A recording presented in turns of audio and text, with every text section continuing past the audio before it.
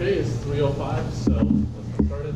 Homework 3 is out, and the first part's due the Sunday right at the end of spring break, and the second part is due a week later. So, any questions before we get started? About anything? Any idea of what we can expect to get grades back from the exam? Yeah, so I'm grading one of the long answer questions, and I don't know how many I have, but let's say 350 of them. Last night I finished 70 of them, so hopefully I can get them, and so today is my last big day, so hopefully I can get them started, but, oh yeah, so I'm doing the NFA to DFA question, the regex to NFA and then NFA to DFA. So from what I can see from the first 70 that I've done, please know how to do it in the future. Please know how to convert regex to NFA, NFA to DFA. Just know how to do the process. Okay? And leaving a question blank is not going to give you very many points. Yeah, so hopefully someday, I don't know yet. Any other questions? And solutions hopefully very soon. Once I can actually make myself do it. Really, any other questions? Not at all?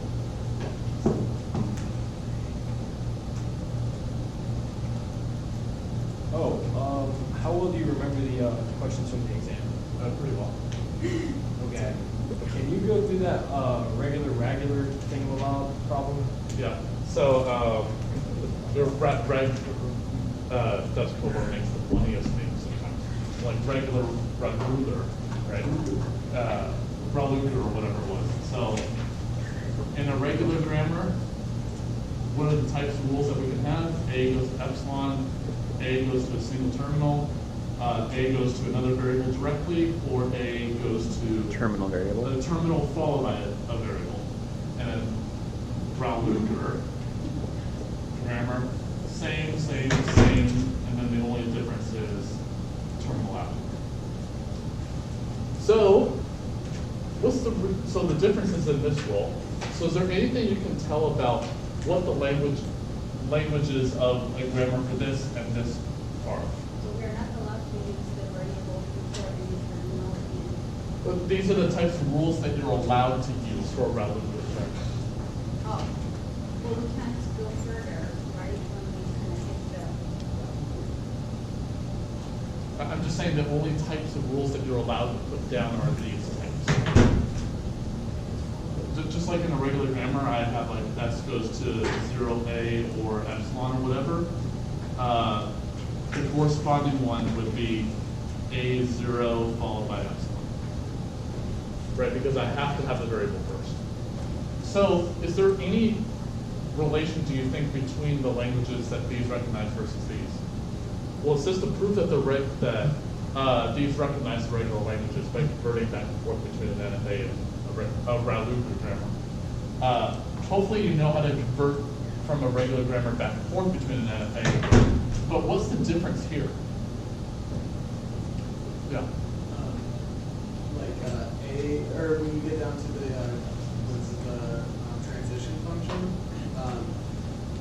what is it? The grammar rule makes it so that B on the left, B is a state, and so I can't really express it very well, but yeah. But the problem is that I have to go to the state first, then make the transition. But like, where do I make the transition to? So that's a problem. But does this seem like the reverse of this? So one way you can go about doing this is whatever language this is, the reverse of it is the corresponding regular grammar in this form, and we know how to convert it that way. So that's one way you can go, but you have to prove that the regular languages are closed under reversal. But I guess one way you can go about it is, it seems like here you're doing the transition backwards, right? you're reading you produce an A, but you got to end up in state B. So it's basically just doing the same transition, but kind of backwards. But we'll post solutions. So the idea for you to realize is that it was reversed. Okay. Any other questions?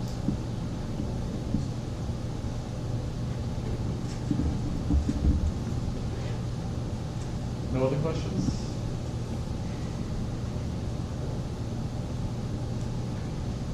Going once, going twice, thrice, and a half? Okay. So, what was the main thing we talked about in lecture last week? CNF. Yeah, CNF. What does that stand for? Chomsky Normal Form. Ah, yeah, Chomsky Normal Form.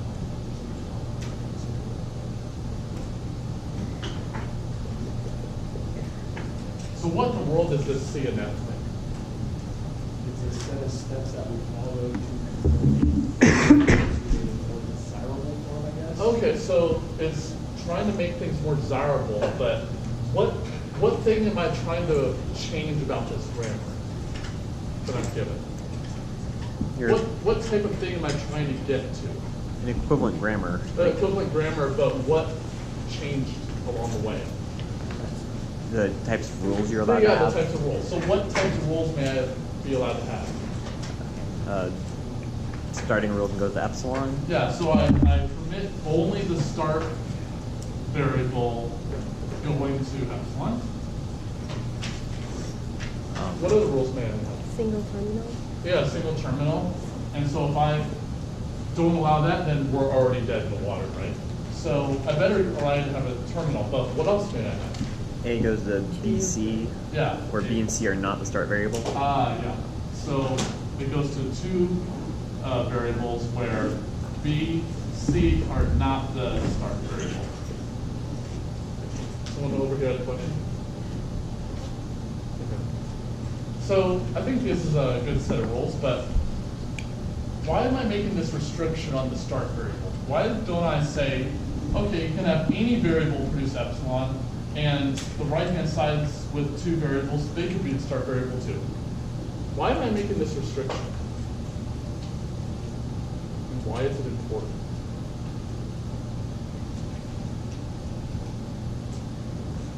What do I know about these two variables other than the fact that they're not the start variable? Can they ever produce the empty string? No, because only the start variable can. So these guys aren't the start variable, so they have to produce a character off the input. Well, not off the input, but they have to produce a character. Okay? So by having it done this way, they have to produce a character. So that's nice. But what else is nice about having a grammar in CNF? Binary tree. What's there? Oh yeah, binary tree, yeah. So the parse trees look like binary trees. If you have a node that is of the form this rule, then it's just that variable produces one character, that's easy. If it's of this type, then it produces exactly two children, so it's a binary tree. So that's nice. But why else might I care about this? Yeah. I know how many derivations there Yeah. So question 2, which we'll hopefully get to, we know exactly how many derivations a string of a certain length takes. So that's nice. But why else would we want to understand this? How many know what first and follow sets are? So it turns out that a grammar in CNF is much easier to find the first and follow sets for it than an arbitrary grammar. So again, very nice. And the rules are simpler. So many nice things about this. So what did we show about getting things into CNF? Can I convert any grammar into CNF? Or is it just some work and some don't? Isn't it valid for all context-free grammars? All context-free grammars certainly work. So I think we outlined a way to actually do the conversion. So what was the first step in order to do this? Convert an arbitrary grammar into this form. Make sure the starting variables are on the right-hand side. Yeah, so ensure start variable not on right-hand side of any rule. Well, in this grammar right here, is the start variable on the right-hand side of any rule? Yes. Yeah, it's on the right-hand side of 2. So this grammar is definitely not CNF because it's not at this point. Well, obviously we're going to talk about other steps, but what do I want about the grammar at the end in relation to what I started with? What do I want to not change? The language The described. language, right? If the language changes, then I can't claim that I can convert any grammar into CNF. Okay? So, what I'm gonna, when we're doing this one, we're gonna make sure we don't change the language anytime. So, let's just say I do that step, however we're gonna do it. What is the next step? New epsilon rules. Or eliminate epsilon rules. So I'm gonna put that word in quotes for a reason I'll say in a second. Well, let's look at this grammar right here. Is there an epsilon rule? Yeah, A goes to epsilon. Yeah, A goes to epsilon. What if I just eliminated that rule, just deleted it? What would the language be? Different. It'd be different. Yeah, what would it be in this case? Would it be empty? It would be empty. Because if I eliminated that, every single rule has a variable on the right-hand side. So, clearly, I can't just destroy all the all of the epsilon rules. So we're gonna have to be smart about this and figuring out how to do that. But let's say that we were able to do that. What would be my next step? Maybe unit rules. Remove the unit rules. Does this thing have a unit rule? Yeah, S goes to B. Right, so things that have a single variable and nothing else, I have one, S goes to B. So again, for the same reason, I can't just blindly eliminate these things or delete them. I gotta be smart about how to do this. And we'll see how to do that. But let's say I did that. What would be my next step? If there are more than 2 symbols on the right-hand side of the rule, then they have to both be variables. Well, right, so let's see. Well, all of them, not both. Yeah. So let's see. What about this rule BACS? Does it survive these first 3 steps? Well, the first step, I'm going to add a rule but not change anything. So it's not going to be affected by step 1. It's not an epsilon rule, so it's not going to be affected here. And it's not a unit rule, so it's not going to be affected here. But do I want a rule like this? No, because it's a mixture of variables and terminals. So if there's a mix of variables and terminals of length at least 2, then I can't necessarily get down all the way down to 2 variables directly. So maybe let's do an intermediate step. Let's just have it be a single terminal or a whole bunch of variables in a row and no terminals. Okay, so we're going to ensure right-hand side is S goes to epsilon because I may have that, and I will in this case. A single terminal or entirely variables. And obviously I can't have just one variable because I eliminated unit rules. Well, let's say I did that, however I'm going to do it. What would be my last step then? Break up long right-hand sides. Yeah, so if I transform this long rule to be all variables, then that means I'm going to have 4 variables, probably. Then what I'm going to do is I want it down to 2, so I'm going to have to break it up somehow. So break up long right-hand sides. And if we can do that, then we definitely have something in CNF. But why do I do these steps in this order? Why don't I say, I'm going to choose step 2 first, then I'm going to go down to 5, then the 1, 3, 4.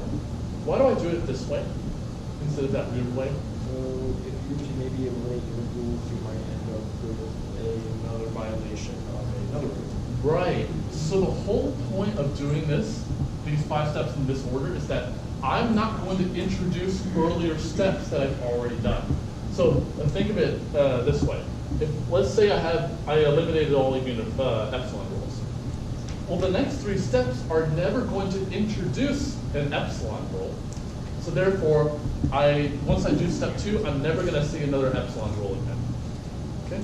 So the whole point of this is that we're not going to introduce problems we already fixed. All right. So let's convert this grammar into CNF, and I'm just letting you know right now, this grammar gets pretty dang big. So just leave a bit of room. On the order of like 100 rules. So let's start doing that. Step 1, what's the first step? Ensure the start variable is not on the right-hand side of any rule. That's what I wrote. Is it on the right-hand side of any rule? Yes. Yep, it is. I already said it's on the right-hand side of 2 rules, so we got to fix it somehow. So what would be a good idea? Create a new start variable, make it point to the original. Okay, so let's make a new start variable. I'm going to call it S0. And what rule is going to be associated with that S0? I better not change the language at any step, so I'm going to have it go to the original start variable. Oh, but that means I shouldn't change any rule otherwise. So all of the existing rules are going to stay exactly the same. No changes, other than the fact that S is half the start variable. B goes to ASA.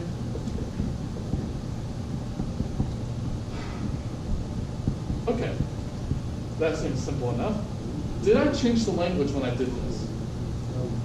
Well, we can just claim that, right? So let's just be sure that we didn't change the language. If I had a derivation up here, do I have one right here for this grammar? Well, let's see. It has to start with S. So here, I know what to do once I start with S, but how do I know how to get from S0 to S? Well, I just apply the rule, S0 goes to S, and then do whatever derivation I did up there. So that's one way. The other way is, if I have a derivation in this grammar, do I have one up here? Well, what do all derivations in this grammar must start with? S0 goes to S. I can't ever get back to S0 because it's not on the right-hand side anymore. So I know what to do once I get to S. So whatever the derivation is, just take off S0 goes to S, and now I have a derivation in this grammar because the rules didn't change. Okay? But does that make sense?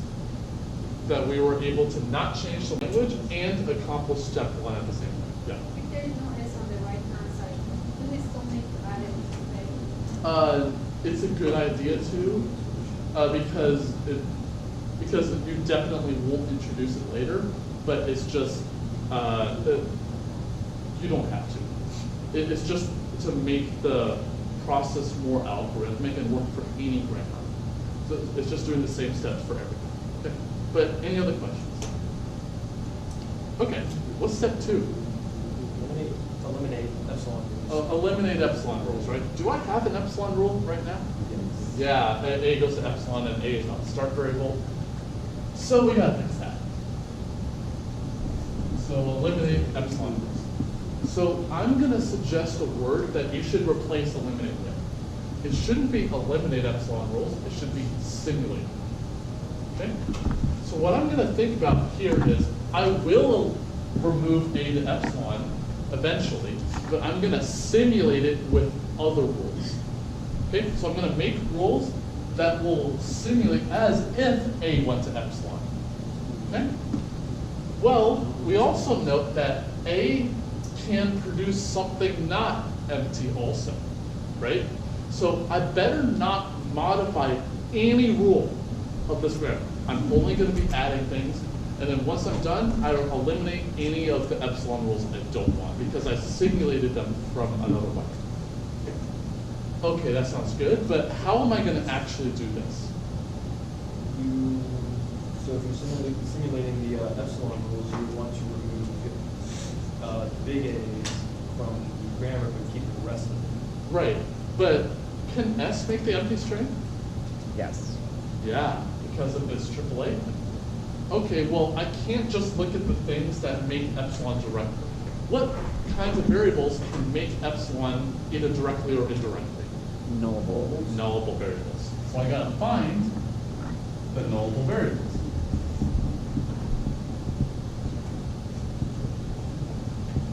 So how am I going to find the nullable variables?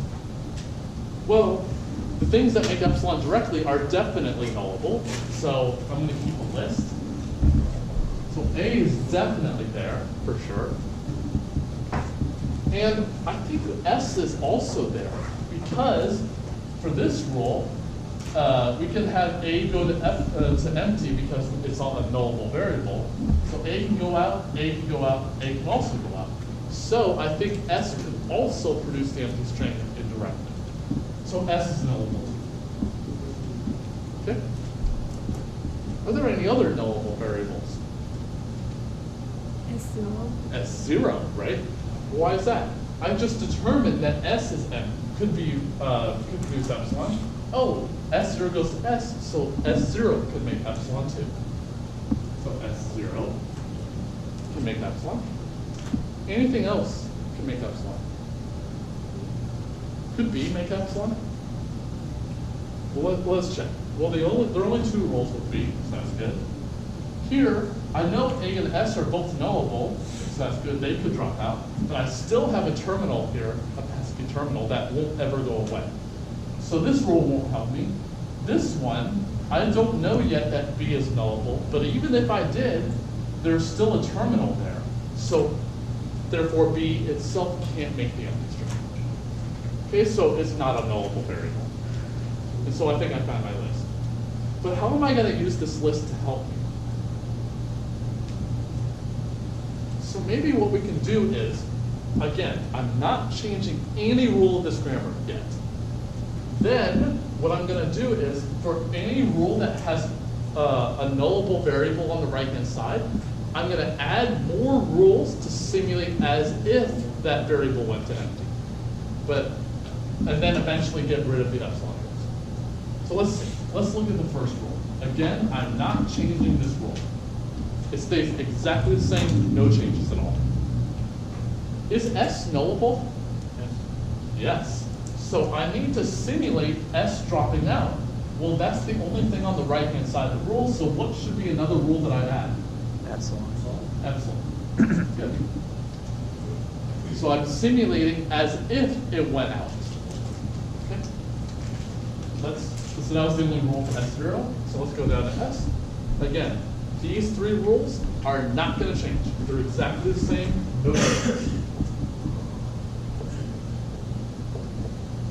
No difference at all. Well, let's look at the rules in order. Is A a nullable variable? Yes. Yeah, it's on my list. So I got to simulate all the possibilities of A staying in and A dropping out. I have three occurrences of A. How many possibilities are there? 8.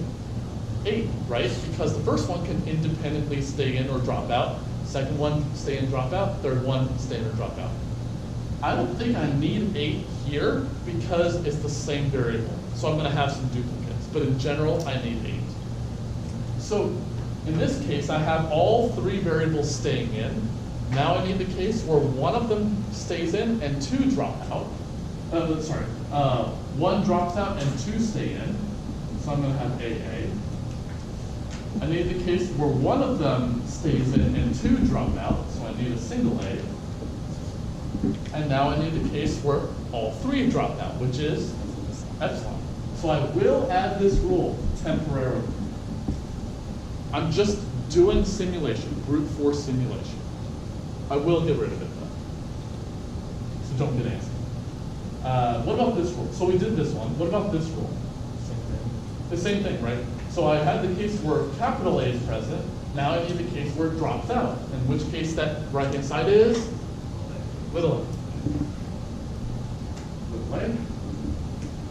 So this rule's done. What about B? It's not nullable. And even if it were, I have the epsilon part already, so we're good there. Let's do A's rules.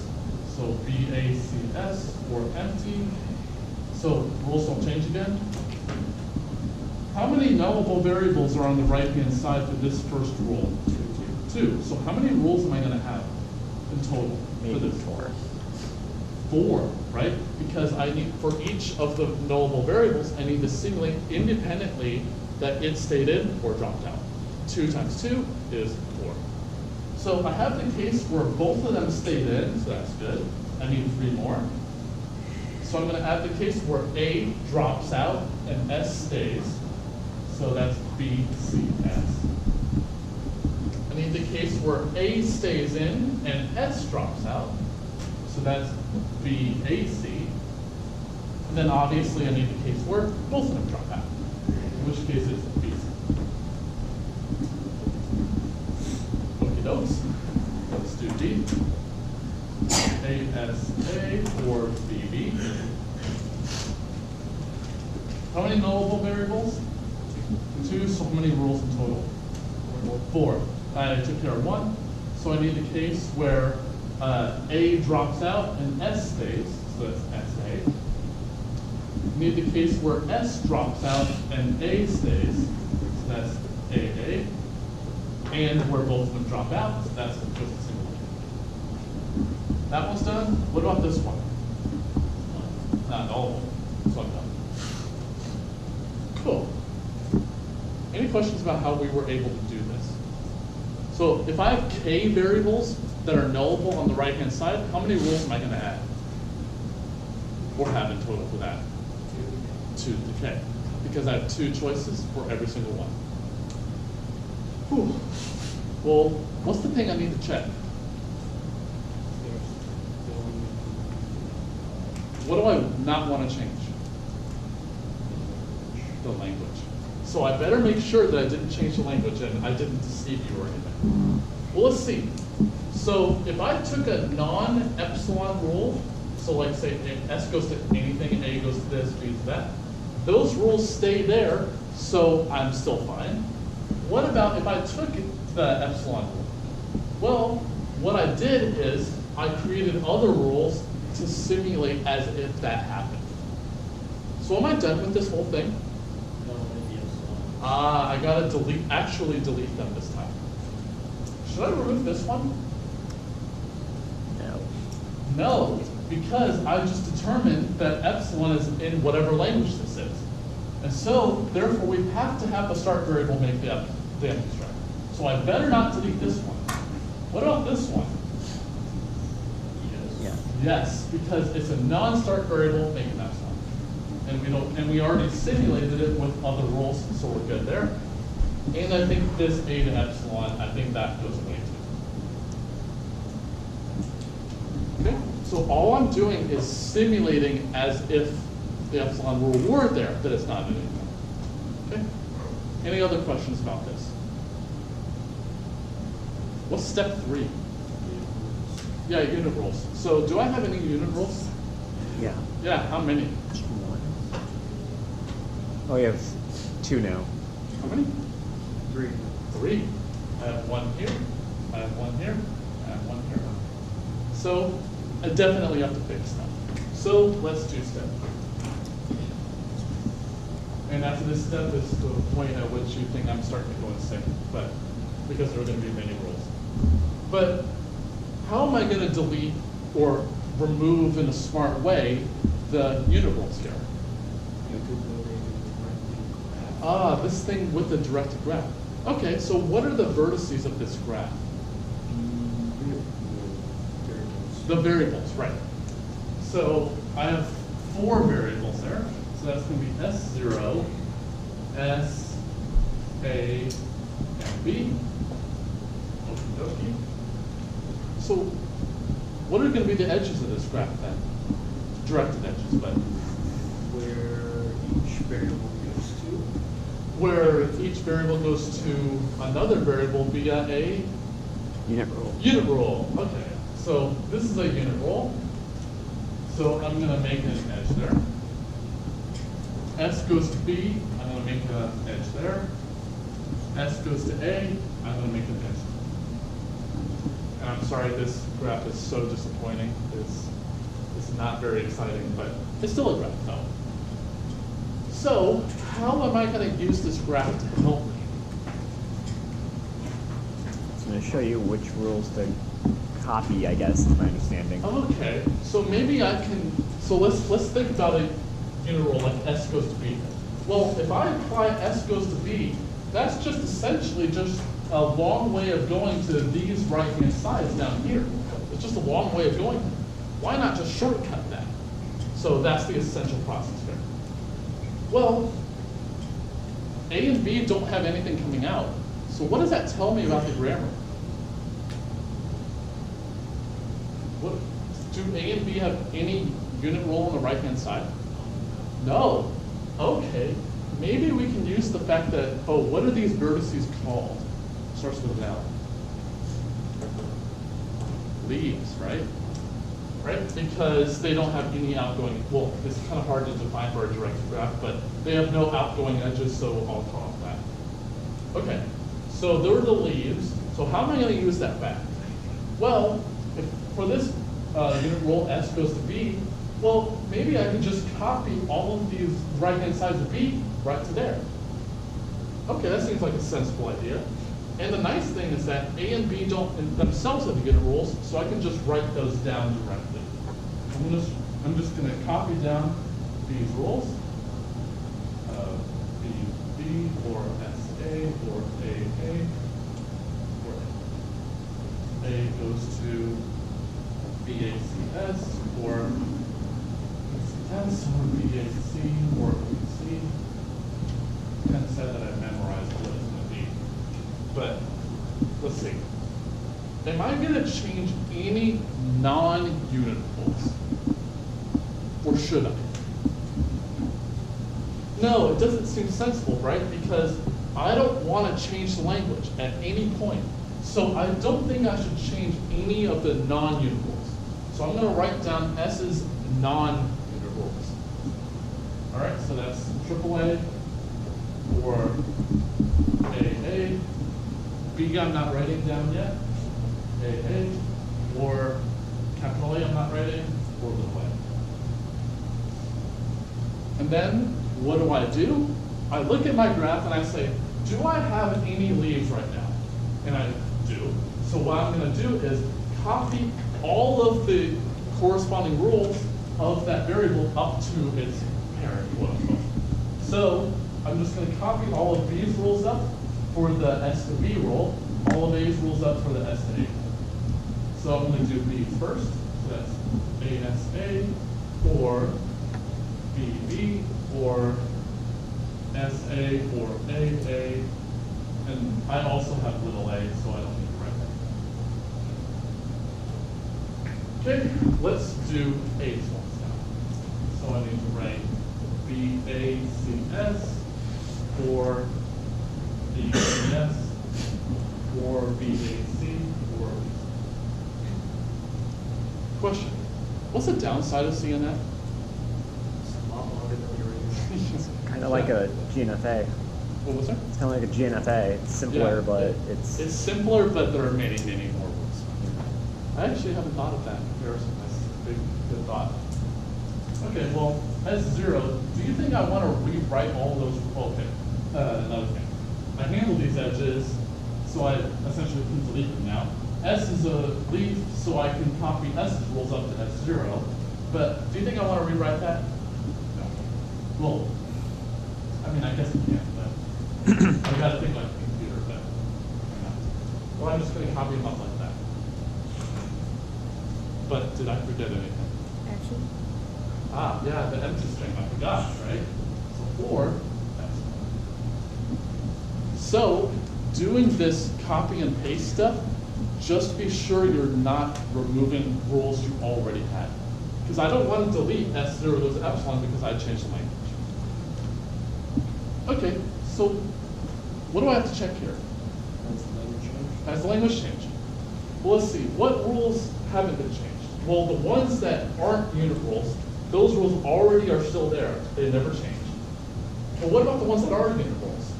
Well, all I did was take the things that aren't unit rules according on the right-hand side of those variables and copy them up and deleted those unit rules. So I just simulated it again. So I didn't change the language. Cool. Any questions about this? What's the next step? The true right-hand side is field epsilon, a single terminal, or higher variable. All right. Ensure the right-hand side. Question?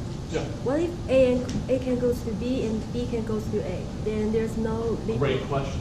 So what do we call that? If we had that situation, let's say. What is something in a directed graph where you can get from one vertex back to itself? Cycle. A cycle. Can I have cycles here?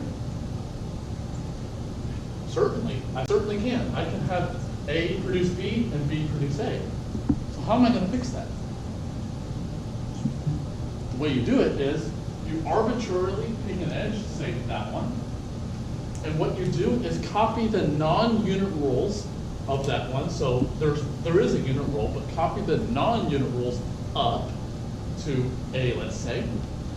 Then we delete that edge, and then do it again. Copy them back down. The non-unit rules back down. So all I'm doing is simulation here. Okay? Yeah, so if there's a cycle, just pick an edge arbitrarily, and then just copy the non-unit rules out. So one of them are going to give, no, never mind. Yeah. I think you mean transitivity. No, I was about to say, it sounded like one rule is going to get like two sets of the same rule, but then I realized that it doesn't matter. Yeah, it doesn't matter. Yep. Any other questions? Okay, what's step 4? We gotta fix stuff. We gotta fix all of these problems that have mixes of variables and terminals, and we don't like that. So how am I gonna fix that? Yeah, make new variables that do what? Okay. So I want to have only variables on the right-hand side if it has length at least 2. But what I do in those cases is replace the corresponding variable with a terminal, replace that terminal with a corresponding variable that makes that thing, and only that thing. Okay, so I'm gonna have to make 3 new variables. I'm gonna call them use of A produces A, use of B produces B, use of C produces C. Okay, so all I need to do is look at the right-hand sides, and if I see an A, I'm going to replace it with use of A, B with use of B, and C with use of B, if the length of the right-hand side is at least 2. Okay, so let's start from the bottom. B produces A, S, U of A, and I didn't do that on purpose, but you see it, right? Yes. Yeah. All right, so next one. Oh, yeah, that's another thing. I see that this process is really long, so I always like injecting humor whenever I do this recitation. And when I do this variable replacement, I say that U of A is so incompetent they can only produce one character. Anyway, I know it's not funny, but all right. So I did this rule. I need to do B little b. So I'm going to have to replace it with B use of B. Well, S use of A use of A, and I better not replace this guy because I would make a unit rule and I don't want that. No one wants that. All right, A is going to produce, so this one's going to be a little long. Just replace the corresponding terminals. So UB, UCS, or UBA, UC, or UB, UC. Okay, that was that. But this is the long one. So S is going to make AAA. That doesn't change. A big A. Oh, oops, I got it. Use of A with big A. C, I go too quick. Then I make a mistake. Better not replace a single terminal. Another ASU of A. B use of B. S use, so it's going to be a bunch of copies from earlier rules. That's fine. UBA UCS, or UB UCS, or UBA UC, or UB UC. Okay. Then S0 is going to go to the same thing for it. I know it's a lot, but we're actually almost there. other than long right-hand sides, we're almost there. So, what's my question? Is your language the same? Did the language change? Well, let's see. If I applied a rule that was pure variables or just a single terminal or S0 goes to epsilon, that stayed in this grammar, so nothing changed there. But the only thing that could have happened is I applied S goes to something that had a mix. Well, what happens there? Well, I would have to apply a variable goes to a variable, but that variable can only produce one character. So therefore, it's effectively doing the exact same thing. Okay? Any questions about this? So what's the last step? Break up long right-hand sides. Break up long right-hand side. So what does a long right-hand side mean in this context? Longer than 3 variables in the right-hand side. If I have 2, then I'm good. I can't have 1 because I eliminated unit rules. So we got to break up the things that have more than 3 variables in the right-hand side.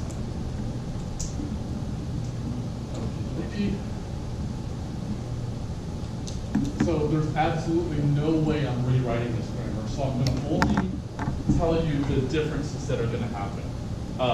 What rules I'm going to delete and what things I'm going to replace them with. So obviously so S's rules are copied here. So I'm thinking S0 to AAA, I got to replace that guy. So S0 to AAA. So this is my notation for replace by. So it's going to be replaced by something.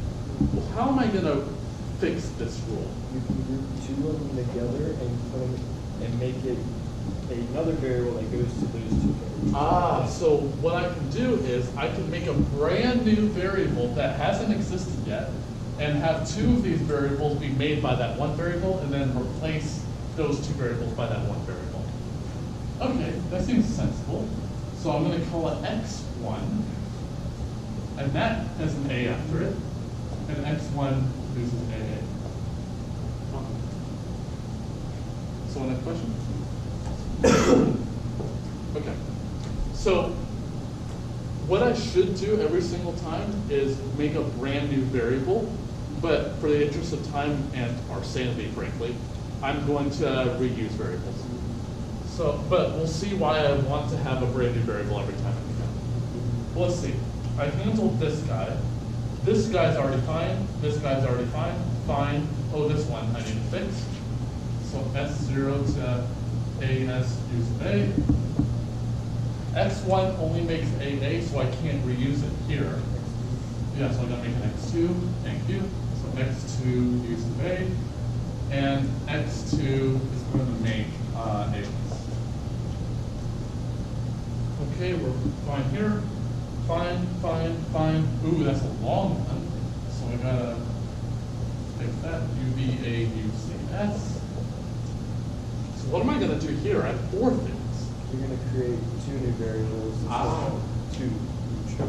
Right, so before I could only use 1 variable, now I'm gonna use 2. So I'm gonna have S0 produce, well, I don't have any of the U's up here yet, so I can't reuse anything. So X3 with S at the end. So X3 is now going to make the first 3 variables here. So now I got to do this process again. So X3 is going to make an X4 U of C, and X4 is going to make U B. It's all just simulation. Reality is a simulation. Yeah. Couldn't you have just broken up the U of B A into one and then the U of C S into another? I absolutely could have. There's nothing wrong with doing that versus this approach. Okay. I'm just doing it consistently across every single Okay. time. And once I do it this way, I actually will reuse some of these things. Oh, okay, yeah. But there's absolutely nothing wrong with that at all. Okay, so I handled that long one. Now I need a UV UCS. And so it's like the first 2. So I need a S0 goes to, let's see, X5S, And x5 is, right, is going to make x,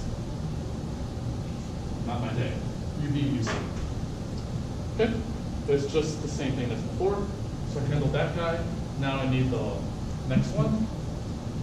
So S0 is going to make UC, I think. So that's going to be replaced by, well, the good thing here is that when I do S0, it's going to have UB at the end. I need something that makes UBA, but I already have something that does that, so I'm just going to reuse it. Nice. S0 to that guy is already fine. Want to do the S's rules? No. So what I can do here is, because all of the rules corresponding to S are up here, I can do the exact same thing, but with S on the left-hand side. So S is done similarly as above, but with S on left-hand side. Right? Nothing's going to change otherwise. I should make a brand new variable every single time, and we'll see why, but I can actually reuse variables like this. Okay, so S is done. So now I need to do A. I have UBA, UCS. And it seems like that one has been done before, so it was right here. So the way I like doing this is I number these. So I call this number 1, number 2, number 3, number 4, number 5. And I'm just going to say that this is done similar to, in this case, it was number 3, so I put number 3 here. Okay. So that guy's done. Now I need this one. A to UB, UCS. That one was number 4. So similar to number 4. That guy's done. Now I need this one. So A to UBA, UC. That one was number 5. Similar to number 5. This guy's fine. Now I need to fix this one. So B to AS, U sub A. That was number 2, so similar to number 2. Fine, fine, fine, and fine. Whew. Pretty big grammar. But I think we're in CNF now. Nice. So what's my final question? Has the language changed? Has the language changed? Well, let's see. If I applied a rule that was fine, that had a short right-hand side, then the grammar up here stays exactly the same for those rules. Nothing changes. But what if I wanted to apply a long right-hand side? So here's the fact of whether we should make a brand new variable every single time. So let's assume I made a brand new variable every time. Well, if I wanted to apply S0 goes to AAA, the only way to do that is with S0 goes to X1A. And since X1 is only used right there and only has one rule corresponding to it, there's only one way out. There's only one way into this rule, there's only one way out. But if I reuse variables, there may be multiple ways in, like here for X4. There are 2 ways to get into X4. But it's fine here because there's only one way out of X4. So X4 generates the exact same things it did before, even if I use it in multiple places. So I'm fine in copying things like this, but just be cautious about it. But I think I have something to say that. So any questions about this whole process? I have like 1 minute, so I can do any other questions that you have. How can there be more ways out? Like If I was careless and I had X4 on the right-hand side, yeah. Sorry. I would have X4 on the left-hand side. Like if I had X1, X2, now I'm down to X100, and then I like reuse X4 on the left-hand side. Is it better to go with the left-hand side of the rule to apply a variable to? There's literally no difference. Okay.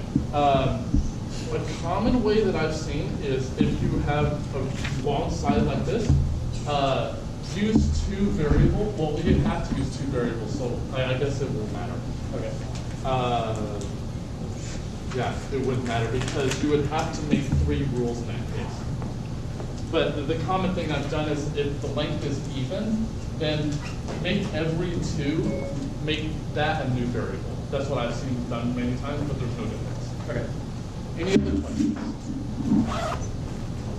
I guess I'll see you after the break.